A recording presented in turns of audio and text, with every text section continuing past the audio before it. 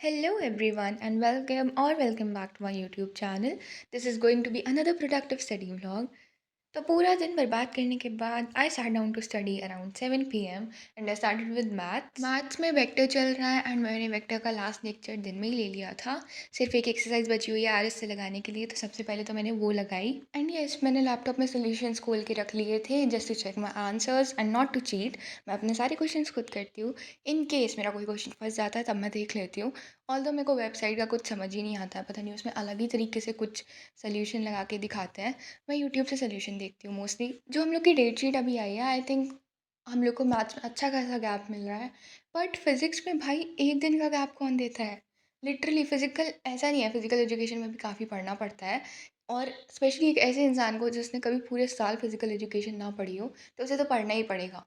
तो फिज़िक्स में एक दिन कौन देता है भाई? अब तो ऐसा हो चुका है कि मैंने पूरा गिव अप कर लिया है। मैंने भगवान के सहारे छोड़ दिया कि जो होगा देखा जाएगा। मुझे टेंशन भी नहीं होती अब। ऑनेस्टली स्पीकिंग मुझे बोर्ड से ज़्यादा प्री बोर्ड की टेंशन है, क्योंकि उसमें तो छुट्टी भी नहीं मिलेगी।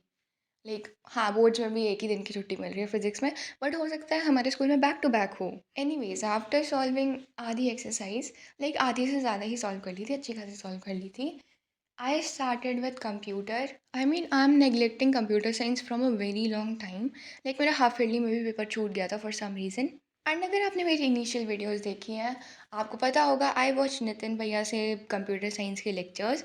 तो उन्होंने रिसेंटली एक वीडियो डाली थी which was about some strategy कि कैसे 95 अब स्कोर कर सकते हैं कंप्यूटर साइंस में, which was very much needed for me. And उन्होंने लिटरली अपने हाथों से पूरी स्ट्रैटेजी बना के लिखी हुई थी and which was pretty helpful, thanks to him. And from there I got to know about this code series. तो मैं वेबसाइट पे गई, मैंने थोड़ा बहुत देखा and I got to know कि अभी थोड़ा ऑफ चल रहा है, तो मैंने खरीद दिया। द बेस्ट थिंग है इसके सारे चैप्टर्स के नोट सीरीज से सिर्फ 94 पेजेस में है।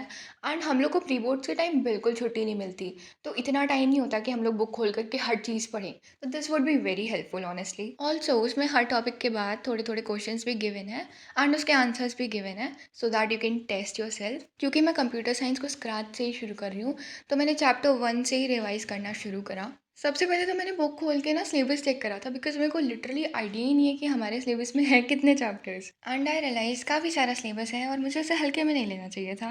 Although as a PCM student मेरे को अच्छा खासा गैप मिल रहा है बोर्ड्स में कंप्यूटर साइंस के लिए। एंड हाँ, अगर मैं अभी इसे अच्छे से पढ़ना शुरू करती हूँ, तो I think I can score pretty well in computer science. So yes, मैंने नोट्स खोले एंड मैंने उससे अपना पहला चैप्टर रिवाइज करना शुरू करा। उससे पहले सबसे पहले PDF में बहुत सारे इंस्ट्रक्शन दिए हुए थे, तो मैंने वो पढ़े कि कैसे क्या करना है। एंड मैं थोड़ी-सी अंधी हूँ, तो मैंने फ़ोन में भी PDF खोल रखा था। डोंट जज मी फॉर दैट। एंड क्योंकि मुझे लिख-लिख के अच्छे से याद होता है, तो मैं सारे इंपॉर्टेंट पॉइंटर्स जो भी थे एक बार लिख रही थी।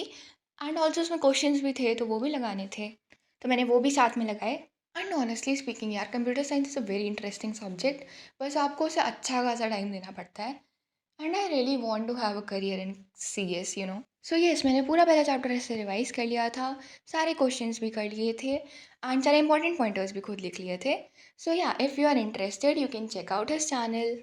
सो ये फिनिश करने के बाद मुझे बहुत ज़्यादा भूख लगा था। सो आई हैड माई फूड, मैंने ब्रेक लिया था अच्छा खासा। मैंने दाल चावल खाया था जो कि बहुत टेस्टी था, मैंने ऊपर से घी भी डाला था। And I know this is too much information, but मैं सब बताऊंगी क्योंकि मेरा मन है। ये ब्रेक ख़त्म करने के बाद मैंने केमिस्ट्री का एक लेक्चर लिया था। केमिस्ट्री में मैं एल्डिहाइड, कीटोन्स और कार्बोक्सिलिक एसिड का सेकंड लास्ट लेक्चर लिया था बेसिकली। उसमें आधा तो पढ़ाया था उन्होंने और फिर NCERT से रीडिंग करवाई थी।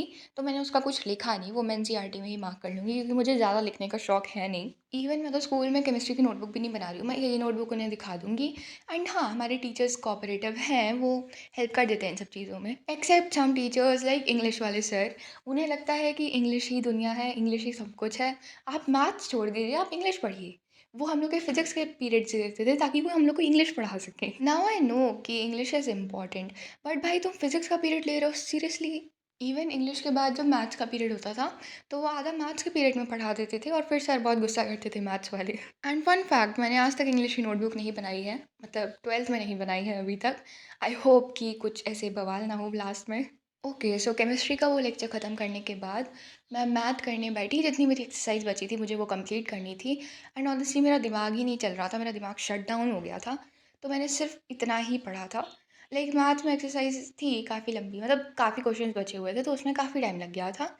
But yeah, that's all I did. Thank you for watching. Bye bye.